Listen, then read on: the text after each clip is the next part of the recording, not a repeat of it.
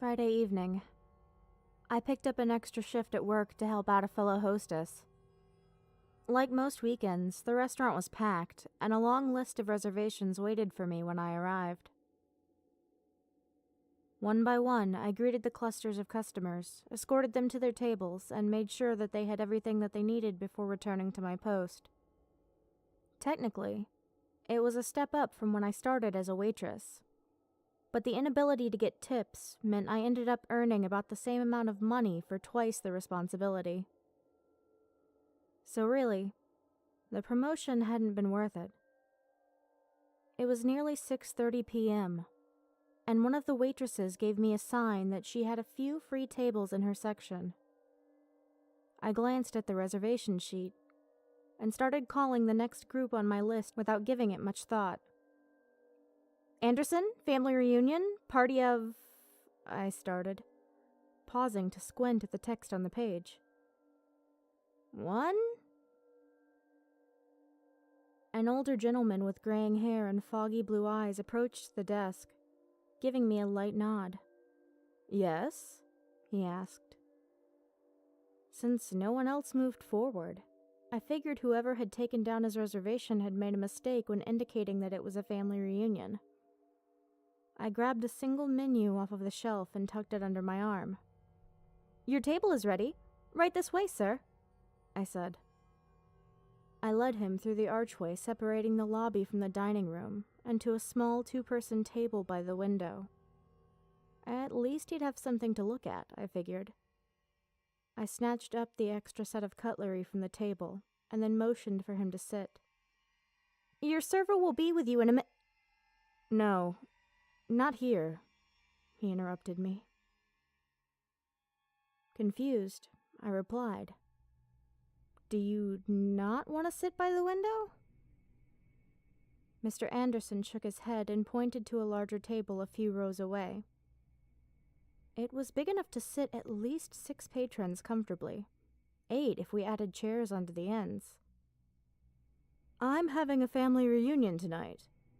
Please, sit us there, said Mr. Anderson, a peaceful smile spreading across his face. Suddenly, I felt really stupid. It hadn't even occurred to me that his guests simply hadn't arrived yet. Terribly sorry for the mix-up, yes. Right this way, I said, sidestepping to the larger table. He bowed his head, unbuttoned his coat, and placed it carefully on his chair before taking a seat. Mr. Anderson looked quite happy, giddy even, like a child waiting to open his birthday presents. I stole a few extra menus and utensils from a nearby serving tray and placed them neatly at the table.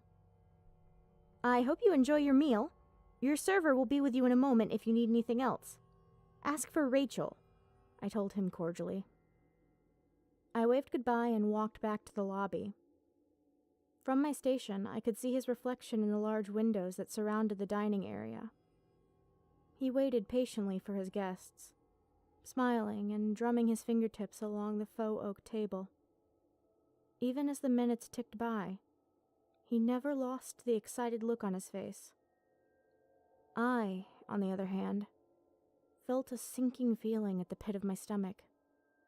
What if they'd stood him up? What if he'd gotten the dates mixed up? Would it break the old man's heart?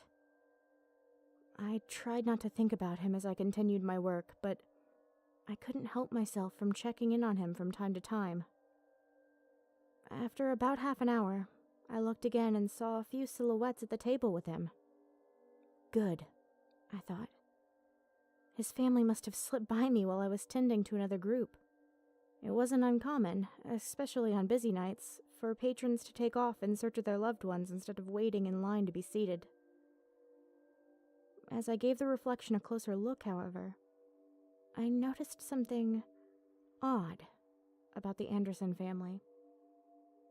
I could make out what looked to be a woman and 2 children, but their silhouettes were blurry and dark. The only part of them that didn't seem out of focus was their beady little eyes, which reminded me of those on a doll. Mr. Anderson, on the other hand, looked normal. Though his family gave me the creeps, I tried not to think about it too much. There was probably a perfectly good explanation as to the effect. Perhaps there was a spotlight over Mr. Anderson, making him appear more clearly than the others. In any case, Mr. Anderson's family had arrived, and I was happy for him. As the evening wore on, I took a much-needed break in a small room down the hall from my workstation. I took a seat, plucked off my high heels, and rubbed my aching feet. They throbbed in pain from the abuse of a 9th evening without rest. My break cut short, however, when I heard a commotion coming from the dining room. Quickly, I slipped back into my heels and darted back into the lobby. I caught movement in the window and saw what all the fuss was about. Mrs. Anderson stood over her husband, fingers wrapped around his throat. His children were on the floor and trying to crawl up his legs. I could hear him coughing loudly as he clawed at the hands that were choking him, but they held firm. My heart pounded as I turned the corner and ran into the dining room to help, only to find Mr. Anderson standing alone with his chair overturned next to him. His face was beet red, and his coughs had devolved into gurgles and desperate gasps for air. I glanced at the window and saw the childlike figures pulling ferociously on his legs. Moments later, Mr. Anderson fell to his knees.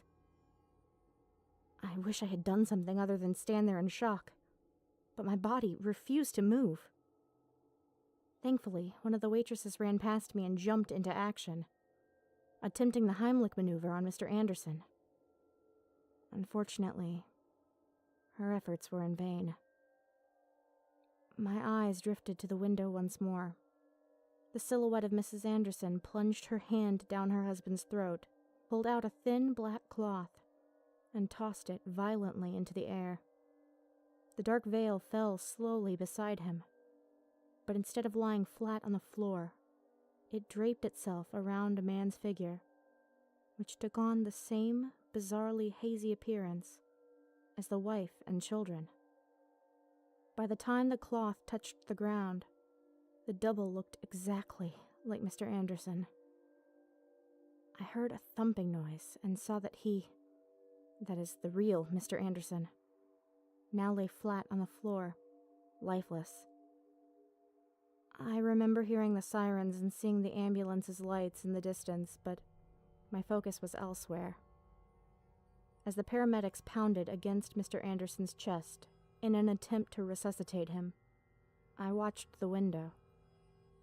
The 3 silhouettes, beady eyes glowing in the glass, dragged Mr. Anderson's form kicking and screaming into the distance. In the days following his death, there was a lot of gossip floating around.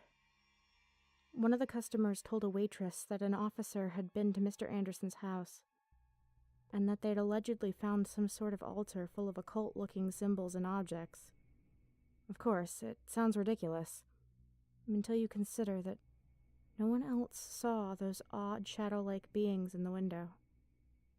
As far as anyone else was concerned, Mr. Anderson choked on a piece of pork. What reason would they have to make up something like that? I think Mr. Anderson tried to call his family back from the dead. The look of horror on his face as they took him away told me that his family reunion wasn't as pleasant as he'd hoped.